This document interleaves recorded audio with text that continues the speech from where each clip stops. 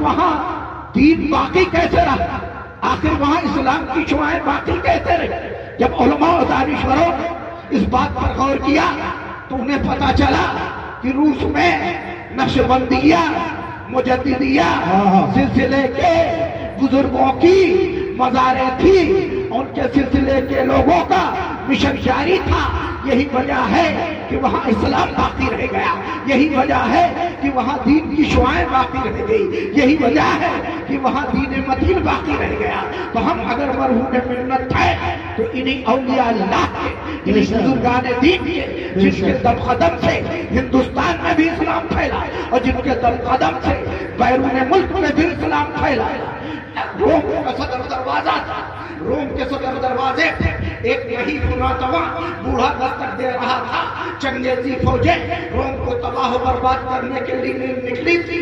جب چنگیز کے قبلئی خان نے اپنے سپاہیوں کو، چنگیز کے سپہ سالار قبلئی خان تھا، اس نے چند سپاہیوں کو بھیجا کہ جا کر کے روم کے حالات معلوم کر کے آؤ۔ سپاہی آئے اور آ کر کے دیکھا تو روم کا ایک باشندہ نظر نہیں آ رہا تھا۔ روم کے صدر دروازے پر ایک یہی ناتواں بوڑھا بیٹھا تھا جو دستک دے رہا تھا۔ سپاہی اس کے قریب گئے اور پوچھا، اے بوڑھے تو کون ہے؟ کہا میں اللہ کا بندہ ہوں۔ تو یہاں کیا کرنے آیا ہے؟ کہا میں اعلان کلمت الحق کرنے آیا ہوں۔ کہا یہ جو تو کر رہا ہے یہ کیا ہے؟ کہا یہ میرا ذکر اللہ ہے۔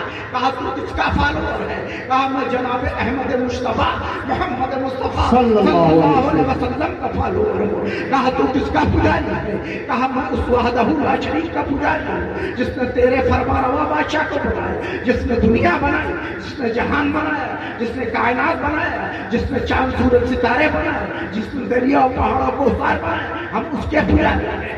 قبلئی خان کے سپاہی واپس چلے گئے اور جا کر کے قبلئی خان سے سارا ماجرا بتایا۔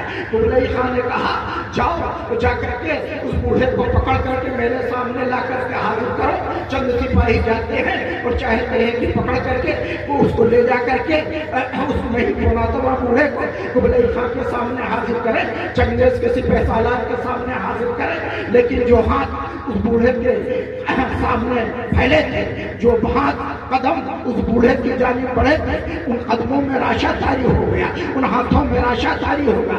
نہیں تو ناتواں بوڑھے کو وہ پکڑ نہیں سکے، واپس چلے گئے۔ جا کر کے بتایا لگتا ہے بوڑھا کوئی جادو ساحر ہے، جادوگر یا ساحر ہے۔ دوستو یہ الفاظ معاذاللہ مکہ میں میرے نبی کے لیے استعمال کیا گیا، یہی الفاظ اولیاء اللہ کے لیے استعمال کیا گیا۔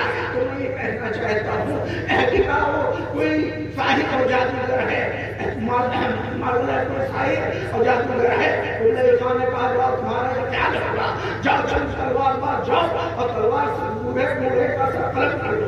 چند تلوار باز جاتے ہیں اور چاہتے ہیں تلوار سے اس بوڑھے کا سر قلم کر لیں، لیکن جو تلواریں فضا میں لہرائی تھی اس بوڑھے کا سر قلم کرنے کے لیے ان سپاہیوں کا سر قلم کر رہی ہیں، نہیں تو ناتواں بوڑھا مسکرا رہا ہے۔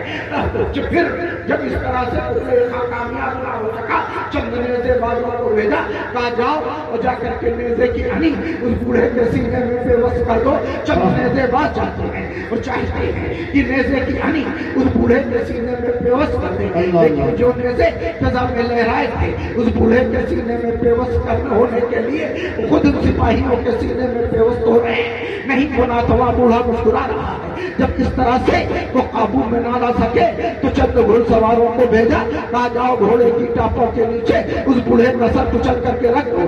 چند گھڑ سوار جاتے ہیں اور چاہتے ہیں کہ گھوڑے کی ٹاپوں کے نیچے سر کچل کر کے رکھ دیں، لیکن جو گھوڑے اس بوڑھے نہیں تو ناتواں بوڑھے کے قریب آئے تھے وہ گھوڑے بدک گئے اور خود اپنی زین سے ان سواروں کو گرا کر کے اپنی ٹاپوں کے نیچے کچل رہے ہیں۔ نہیں تو ناتواں بوڑھا مسکرا رہا ہے۔ جب قبلئی خان نے دیکھ لیا کہ ہماری تلواریں کام نہیں کر رہی ہیں، ہمارے فوجی کام نہیں کر رہے ہیں، ہمارے ہتھیار کام نہیں کر رہے ہیں، ہمارے نیزے کام نہیں کر رہے ہیں، ہمارے گھڑ سوار کام نہیں کر رہے ہیں، تب قبلئی خان سمجھ گیا کہ یہ جادو